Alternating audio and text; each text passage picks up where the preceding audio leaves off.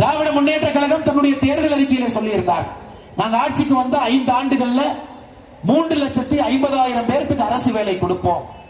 3,50,000 பேர், 3,50,000 பேருக்கு அரசு வேலை கொடுக்கல. ஆனா உதயநிதி ஸ்டாலினுக்கு அரசு வேலை கொடுத்துட்டார், பையனை கொடுத்துட்டார். பையன் அமைச்சராக்கினது மட்டும்தான் ஒரு சாதனையை தவிர நம்முடைய சாமானிய மக்களுக்கு அரசு வேலை இல்லை.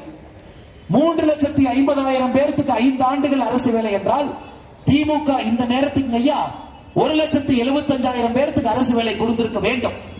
இன்னைக்கு பட்ஜெட்ல சொல்லி இருக்கிறாங்க 60,000 பேருக்கு அரசு வேலை கொடுத்திருக்கோம். அதுவும் பொய்ங்கய்யா.